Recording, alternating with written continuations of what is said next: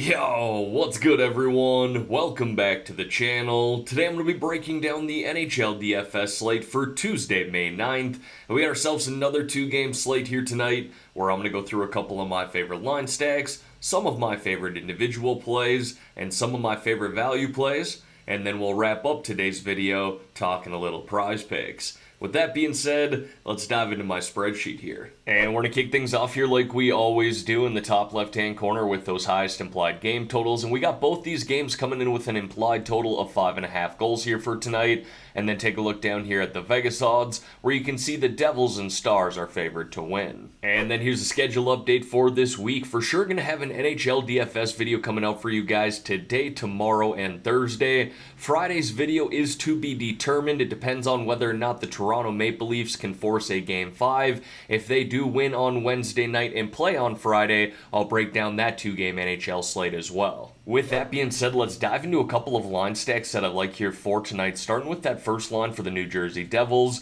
We got Hischier centering Palat and Bratt. Now, I know it was Jack Hughes who stole the show in Game 3 with 2 goals, 2 assists, 4 points. He's missing his front tooth right now. He's all over the screen. But let's not overlook the performance that this first line had as well. They had 2 goals, 4 assists, 6 points themselves, but actually led the team in expected goals, not only as a line, but as individuals. These three were top 3 as well, and they also had a Corsi percentage of 67%, really dominated the 5-on-5 play as a line, and really that's what Nico Hischier has done all playoffs long. I know the points really don't reflect that, but for what it's worth, he should have some positive regression coming his way. And then I don't mind running it back in that game with some Carolina Hurricanes. The goaltending has been very shaky for the New Jersey Devils as of late. It looked like Vitek Vanacek was playing well to start that game, but finished the game with 4 goals allowed, save percentage of .867. Those aren't necessarily great numbers by any means. So I like this first line here of Aho, Nason, and Jarvis. A lot of correlation going on with this line, playing big minutes together 5-on-5, and all three play up on the #1 power play too. And there's some solid offensive upside from these three as well. They're currently top 3 in points on this Hurricanes team throughout the playoffs, and all three are top 5 in expected goals too. Now folks, before we dive into some of my favorite individual plays here, if you could like this video and subscribe to the channel, I would greatly appreciate that. As I've mentioned here really over the past few weeks, I'm trying to build a brand here under the GriffDogg channel. I am working on some things here behind the scenes and hopefully can announce those things to you guys here sooner than later. But the more love you guys show on these videos by liking, subscribing, and watching the content, the faster this channel grows and the more content I'm going to be able to get out to you guys. One of the new series here that we've released here on the GriffDogg channel is the Mulligan Masters series. We just put out our video here on Monday night, a 2v2 scramble, where myself and Will play my buddy Kev and Neil. If you can go watch this video here, like it as well, leave a comment, I would really appreciate that. Any feedback is good feedback for us, but again, really want to build a brand here on the channel, and you guys showing love here on these videos really goes a long way. Alright, now diving into some of my favorite individual plays here. We're going to kick it off with the forwards. First two guys that I got there are Roope Hintz and Joe Pavelski of the Dallas Stars.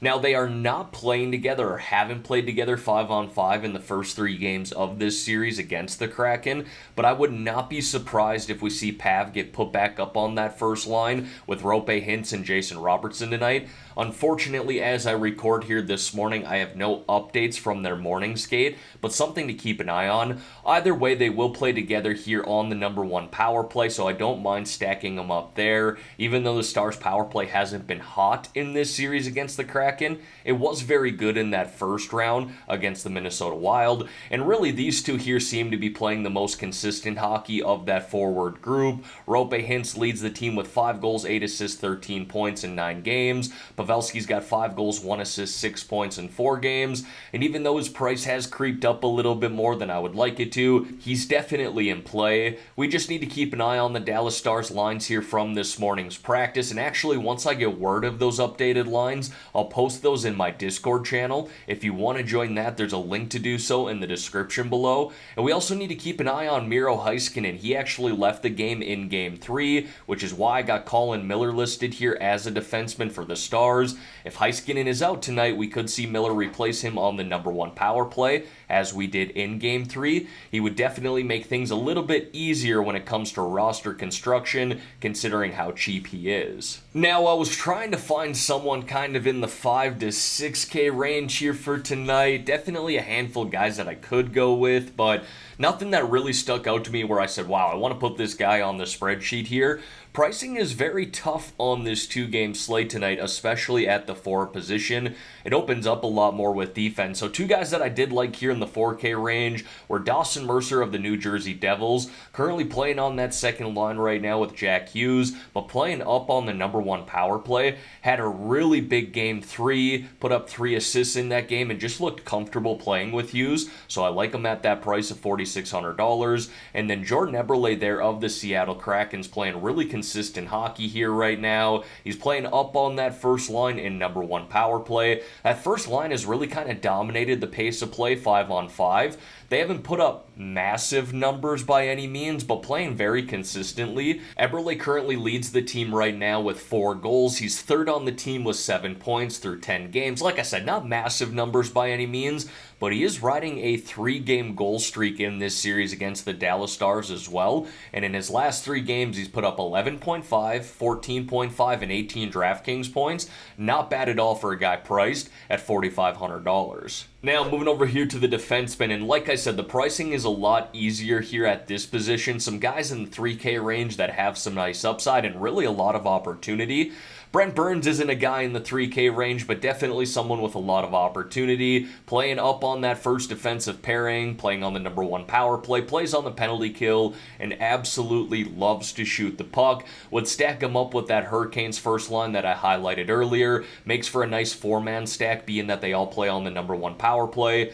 Justin Schultz there, I could go with Vince Dunn as well. I certainly don't mind him, but Schultz has really been the guy on that number one power play, and at $3,700 for the Kraken, I don't mind that at all. Luke Hughes here at $3,000 will likely be popular at this price, especially considering he'll play on the Devils' number one power play, but I'm not going to ignore him even if he is going to be popular. He's got too much upside at that price. And then Colin Miller, name dropped him earlier. If Miro Heiskanen misses tonight for the Dallas Stars, this is likely who's going to replace him on the number one power play, or at least that's who did in Game 3 once Heiskanen went out. So again, we need to keep an eye on the Dallas Stars lines here for tonight. We should have an update here sooner than later from their morning practice. And then I got a couple of goaltenders there for you guys, but again, I've mentioned this really throughout all of round 2. I'm not discounting any one of the 4 goaltenders on this slate.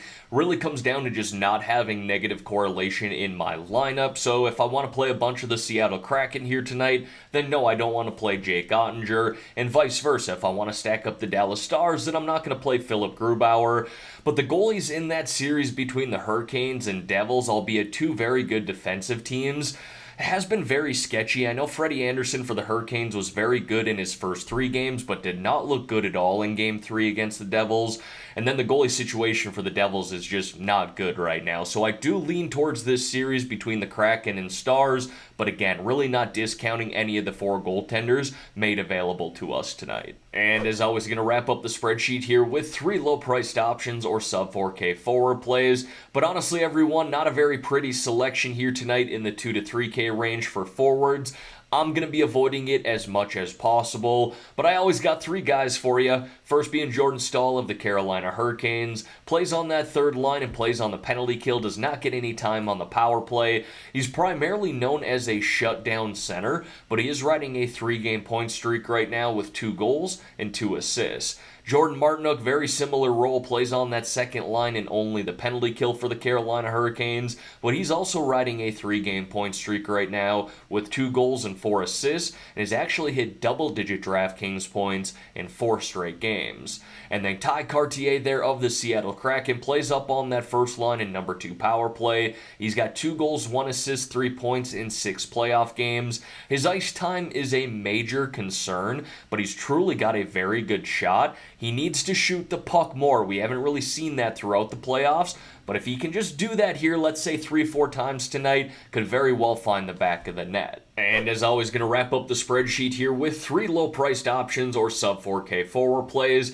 I got 3 NHL picks that are sticking out to me here right away and offering some nice value. Roope Hintz of the Dallas Stars over 2.5 shots on goal. Jordan Eberle of the Seattle Kraken over 2.0 shots on goal. Nico Hischier of the New Jersey Devils over 2.5 shots on goal. You got Hischier on the books right now at -130. Roope Hintz on the books at -125. And Eberle is at 2.5 on the books in terms of shots on goal, sitting at +140. I know that doesn't look like great value, but if you go look at his numbers here, he's had at least 2 shots on goal in 8 of his last 10 games and had 3+ shots on goal in 6 of his last 10, so I do like the value there. Now, for those of you who have not signed up for Prizepicks yet, but you want to get in on this action, I got a promo code that you should definitely take advantage of. When you're signing up, use my promo code GRIFF. GRIFF, and Prizepicks is going to give you all the way up to a $100 match deposit. You don't have to put $100 in either. If you want to put in $50, $20, or $10, they will absolutely match that. Again, they'll match anything up to $100 as long as you use my promo code GRIFF. GRIFF upon signing up. Alright everyone, that's going to wrap up this video here for today. As always, thank y'all for taking the time out of your day to watch the content here on this channel. If you could like this video and subscribe to the channel, I would greatly appreciate that. Let's have ourselves a great day here, folks. Let's win some money on this 2-game slate. In the meantime, I'm out of here.